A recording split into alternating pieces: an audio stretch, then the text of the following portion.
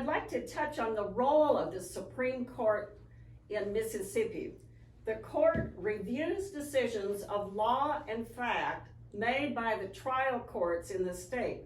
It is the court of last resort among the state courts. 9 Supreme Court justices are elected from 3 districts in nonpartisan elections, and they serve a term of 8 years. With me today is Judge Latrice Westbrooks. Good afternoon. Yes, welcome. We're tickled to have you here. She is a candidate for the Supreme Court Justice for District 1, Place 1, which covers much of central Mississippi. And on behalf of the League of Women Voters, I want to thank you for participating today. Well, thank you for having me this afternoon. It's my pleasure. Our goal is to help voters become informed, make informed decisions in this upcoming election. Of course. So let me give you 3 questions, and each question you'll have 2 minutes for your response. Okay. What are your qualifications that make you the better candidate for the position of Supreme Court Justice? Okay, thank you for that question. First of all, let me tell the voters that my qualifications are as follows. First of all, I have 23 years of experience both in practice and on the bench.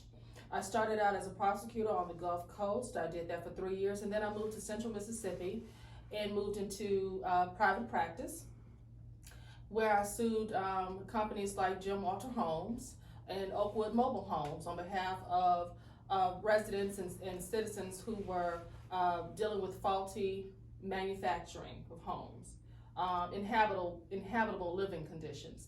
After that, I went out on my own. I opened up my own law firm, and I became a public defender in Holmes County, Mississippi. I did that for nearly 10 years. Also during that time, I handled prison to pipeline cases and represented children who were being mistreated by our school districts in Central Mississippi. Also, I represented a number of governmental agencies, and as afterwards, I joined the city of Jackson under the administration of the first Chokwe Lumumba. I affectionately called him Daddy Lumumba. I was his interim communications director, and soon thereafter went to become the legal counsel for the Jackson Police Department. There was a need there, and he thought I was eminently qualified at that time to represent the police department, and I did that until his untimely transition in 2014. After that, I went back into private practice, and I became the municipal judge for the city of Lexington for 2 years before becoming an appellate court judge. Okay, thank you. The next question is, why do you desire to be a Supreme Court Justice? Well, why does anyone enter into public service? Is because they're called.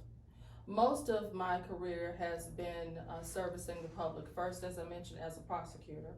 After that, as a public defender. There's not a whole lot of money in either one of those jobs, but they are eminently important to our system of justice. I also, as I mentioned, represented the Jackson Police Department. Again, government service, public service. So most of my career, as I've mentioned, has been involved in that. This is just an extension of that. I come from a long line of educators. Once again, family members and friends who have serviced the public in one form or facet or another. And so I've represented people for free.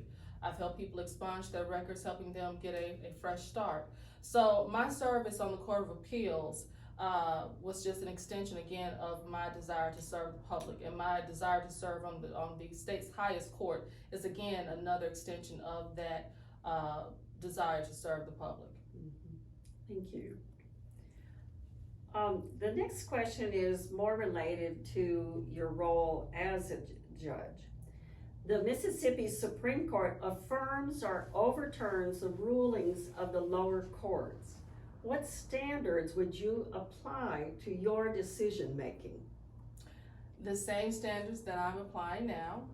Of course, the Supreme Court, as well as the Court of Appeal, has a standard of review that we have to abide by.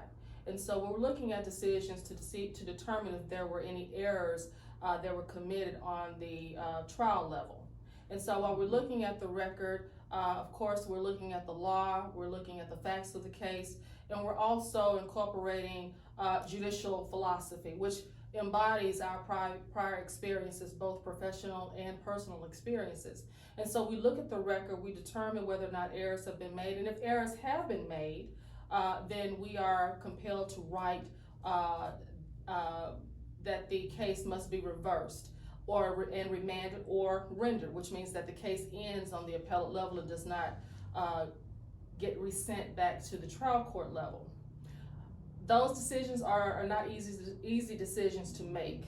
We have to look at a record, and if, as I was doing my duty today, and I was looking at a case to determine whether or not something should be sent back or not, and if something wasn't done properly, if the record was not properly preserved, then my hands are tied, and I have to affirm the case regardless of what my personal beliefs or my professional beliefs are about how the case was handled. If it was not properly preserved, then the case must be it must be affirmed, which means that the trial court did what he or she was supposed to do. But if there were irregularities, we've heard about the Curtis Flowers case, we've recently read about the Eddie Lee Howard case, and other cases where irregularities were not caught on the trial level or not handled properly on the trial level, and it's up to the appellate courts to deal with that and send those cases back so they can be properly handled on the trial level, so people's due process rights can be protected and enforced in our court system. Mm-hmm. Thank you. We appreciate you being here today with us. Thank you so much. Oh, you're welcome. Our goal is to help the voters be informed voters in Mississippi. I want to give you another place where you can go for information, including a sample ballot. You will put your information in specific to your address, and you'll be able to find everything that is going to face you when you go to the ballot box. Go to vote411.org. It's run by the League of Women Voters of the United States. Vote411.org. Thank you.